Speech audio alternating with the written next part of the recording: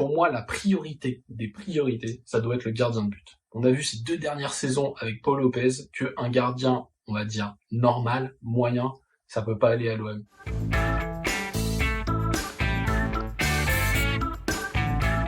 Salut à tous, on se retrouve cette semaine avec un petit coup de gueule pour commencer. Les clubs professionnels de foot, et spécialement l'OM, parce qu'en vrai les autres je m'en tape. Arrêtez de mettre vos matchs amicaux sur des plateformes payantes. Personne n'a envie de raquer pour voir l'OM contre Pau en amical à la commanderie avec une caméra et des ralentis pourris. Sans déconner. Qui va payer un abonnement sur Twitch pour ça? C'est pas possible. Faut revenir à plus de simplicité, quoi. Les matchs amicaux, ça devrait être sur TF1, quoi. Visible partout, je sais pas, pour attirer de nouveaux supporters, pour donner envie. Déjà que là, on va se taper des abonnements, je sais pas combien de dizaines d'euros par mois. Là, en plus, faut aussi payer pendant l'été pour les matchs amicaux.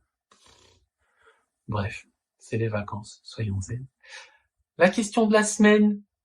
Quelle suite a donné au mercato de l'OM? Donc vous avez vu, on a déjà 4 arrivées, un défenseur central, 2 milieux défensifs et un milieu offensif.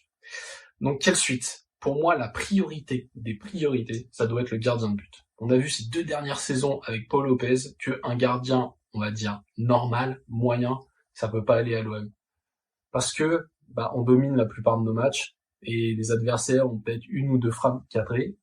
Et là, il nous faut le gardien qui les sort, quoi. Et Paul Lopez, il était génial, super gentil, bon communicant, professionnel et tout ça, mais il était moyen. On avait l'impression qu'il faisait pas des arrêts que le commun des mortels n'aurait pas réussi à faire. Alors Mandanda, c'était l'inverse. À la limite, Mandanda, il faisait des arrêts d'extraterrestres et après il se déchirait sur des frappes banales.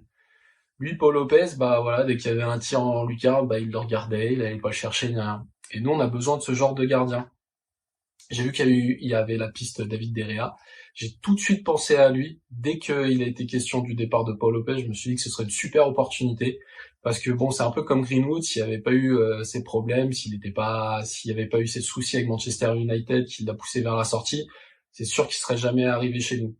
Mais là, ça fait 1 an qu'il n'a pas joué. Clairement, il est sorti du circuit et c'est un très très bon coup à jouer. Le fait qu'il soit resté 1 an en dehors des terrains, c'est pas un joueur de chance, ça va pas poser problème, quoi. Ses repères dans les buts, il les a toujours eus, il les gardera toute sa vie. Donc, à mon avis, c'est un très très bon coup à tenter. Il a de l'expérience, il est super fort.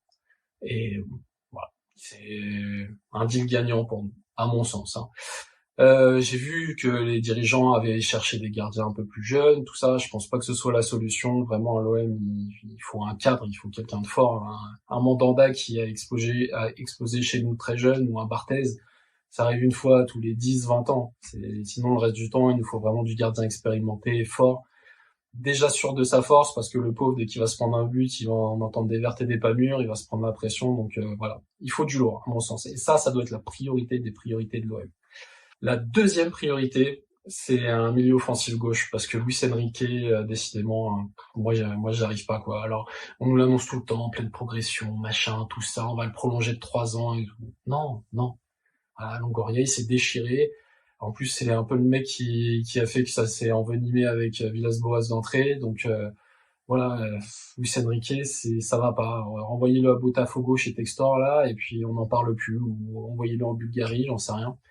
Mais clairement, même là, lors des matchs amicaux, je le trouve pas ouf, quoi. Le gars, c'est un Brésilien, mais il joue à la française, il joue tout le temps derrière. Ça sert à rien du tout. Il percute pas, il dribble mal. Quand il met des buts, tu sens que c'est un peu de la chance quand même qu'il a foiré sa frappe. Donc clairement, un milieu offensif gauche, pour contrebalancer avec Greenwood, ce serait excellent, quoi, parce que du coup, les adversaires sauraient jamais d'où vient le danger. Donc ça, à mon sens, c'est la deuxième priorité. Et puis la troisième, ce sera un latéral droit. Parce que maintenant, il y a eu le départ de Klose qu'il faut remplacer. Alors, on a vu que là, lors de ce premier match, la défense joue à 3, part de 4 éléments et passe à 3 dès qu'on a le ballon, avec Merlin qui monte un cran plus haut. Donc, dans ces cas-là, Meïté, c'est pas trop grave, parce que s'il joue dans le couloir droit, parce que de toute façon, il va pas l'emprunter pour déborder. Mais à terme, j'imagine que le souhait, ce serait d'avoir un autre Merlin, c'est-à-dire un gars qui puisse monter, un ancien ailier reconverti, quoi, qui puisse s'insérer dans le jeu, qui puisse percuter, centrer, dribbler, tout ça, quoi. Donc il nous faudra un autre profil à la Klose, mais un Klose intelligent, quoi. C'est-à-dire le mec qui a pas les fricoter avec les Marseillais, qui est pas venu pour profiter du soleil et tout ça, quoi. Voilà, c'est à mon sens les 3 priorités estivales. J'attends d'avoir vos avis. On verra si on les partage. J'espère surtout que nos dirigeants vont nous faire d'autres nouvelles recrues, j'ai hâte. Bon été à tous et allez l'OM.